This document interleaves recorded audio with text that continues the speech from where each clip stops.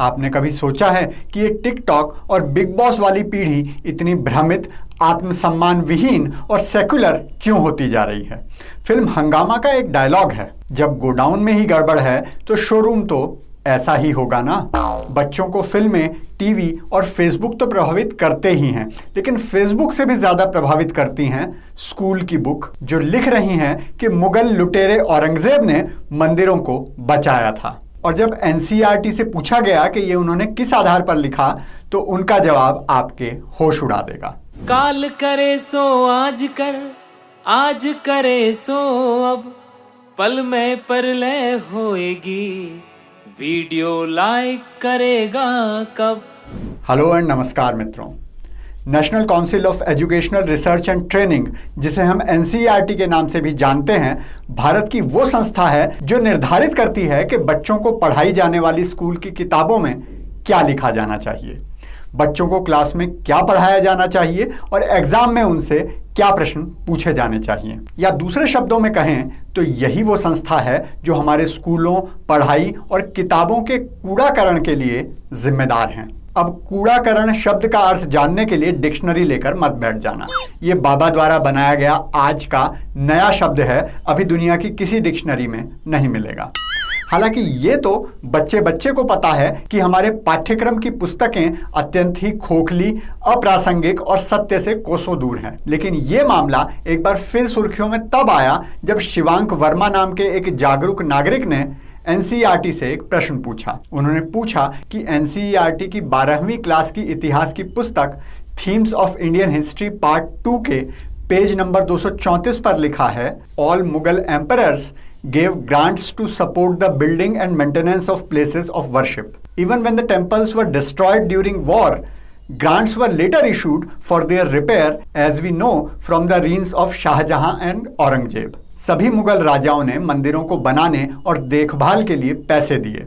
अगर युद्ध के दौरान मंदिर नष्ट भी होते थे तो उनकी मरम्मत के लिए बाद में पैसे दिए गए। ये हमें शाहजहां और औरंगजेब के शासनकाल से पता चलता है। तो शिवांक ने पूछा कि ये बात कहाँ से पढ़कर पुस्तक में लिखी गई है? किसी ऐतिहासिक पुस्तक में लिखा था, या किसी दस्तावेज में मिला था, या किसी मुगल राजा की आत्मा ने आकर एनसीईआरटी को बताया था? दूसरा प्रश्न पूछा कि औरंगजेब और शाहजहां ने ऐसे कुल कितने मंदिर बनवाए थे? उत्तर जानते हैं क्या आया? हमें नहीं पता कि हमने ये कैसे लिख दिया। आगे देखिए। इसी महीने हुई तमिलनाडु पीएससी यानी राज्य प्रशासनिक सेवा की परीक्षा में पूछा गया है कि इनमें से कौन सी विचारधारा भारत के लिए खतरा है? समाजवाद, साम्यवाद यानी कम्युनिज्म, लोकतंत्र या फिर सांप्रदायिकता? और सांप्रदायिकता ऑप्शन ए में रखा गया है। अब सोचो, ऐसे एग्जाम पास करके बच्चे आईएएस ऑफिसर बनेंगे तो देश का क्या होगा? और ये तो थी बड़े छात्रों की स्थिति। अब देखिए छोटे छोटे बच्चों को क्या जहर परोसा जा रहा है। कक्षा 2 में बच्चों को पढ़ा रहे हैं, खालिद मौत से नहीं डरती, इसको शुद्ध करके लिखो। अरे भैया, हमें पता है खालिद आत्मघाती आतंकवादी है, वो मौत से नहीं डरता, लेकिन दूसरी क्लास के बच्चे को ये पढ़ा क्यों रहे हो? खालिद तो वैसे भी मदरसे में यही पढ़ता है, हमारे बच्चों को तो छोड़ दो। अब ये देखिए बच्चों को अच्छी आदतें सिखाने का तरीका। एक लड़का है अभिमन्यु, वो कभी अपने हाथ नहीं धोता, उसके दांत भी पीले हैं, उसके मुंह से बदबू आती है, वो कभी अपने बालों को कंघी नहीं करता। क्या तुम्हें अभिमन्यु पसंद है? अब दूसरे लड़के से मिलिए। ये है आदिल। ये अपना शरीर साफ रखता है, सुबह जल्दी उठता है, टॉयलेट जाता है और दांत ब्रश करता है। अब बताइए आपको अभिमन्यु पसंद आएगा या आदिल? अपनी छोड़िए, आपके बच्चे को अभिमन्यु पसंद आएगा या आदिल? फिर आप कहते हैं कि हमारे घरों की बेटियां अभिमन्यु को छोड़कर आदिल के जाल में कैसे फंस जाती हैं। अरे इसकी शुरुआत तो बचपन में ही हो गई थी, अपनी पुस्तक पढ़कर। अब आप बताओ, जब आपकी बेटी ने दूसरी कक्षा में पढ़ा कि आदिल तो सुबह जल्दी उठता है और अभिमन्यु के मुंह से बदबू आती है, 12वीं कक्षा में पढ़ा कि मुगल लुटेरों ने तो मंदिर बनवाए थे, और फिर नौकरी के लिए पढ़ा कि सांप्रदायिकता देश के लिए खतरा है, तो वो खतरा चुनेगी या खतना? अब जब तक पता चलेगा कि खतना वाला तो सुबह उठकर ब्रश भी नहीं करता और नहाता भी नहीं, तब तक तो देर हो चुकी होगी ना।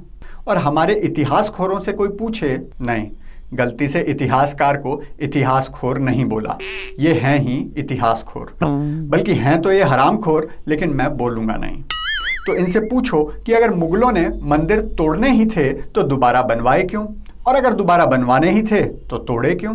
वैसे तो आप जानते ही हैं कि ये जहर बच्चों की किताबों में घोलता कौन है, जेएनयू छाप जावेद हबीब और रोमिला थापर जैसे इतिहासखोर। लेकिन क्या आप ये जानते हैं कि इटली वाली माता ने 2004 में फादर वाल्सन थम्पू नाम के एक ईसाई मिशनरी को एनसीईआरटी की किताबें लिखने के लिए नियुक्त किया था। ना, हमारे तो नहीं, पता नहीं किसके बाप थे। दिल्ली के स्टीफन कॉलेज को चलाते थे और हमारे छीछा मंत्री, मेरा मतलब है शिक्षा मंत्री, अभी तक सो रहे हैं। नहीं, वो क्या है ना, वो हिंदू हैं, अभिमन्यु की तरह वो भी सुबह जल्दी नहीं उठते। अगर आप भी स्कूली किताबों की गंदगी साफ करना चाहते हैं तो कृपया लाइक, शेयर, कमेंट और सब्सक्राइब जरूर करें, क्योंकि खुशियां बांटने से बढ़ती हैं।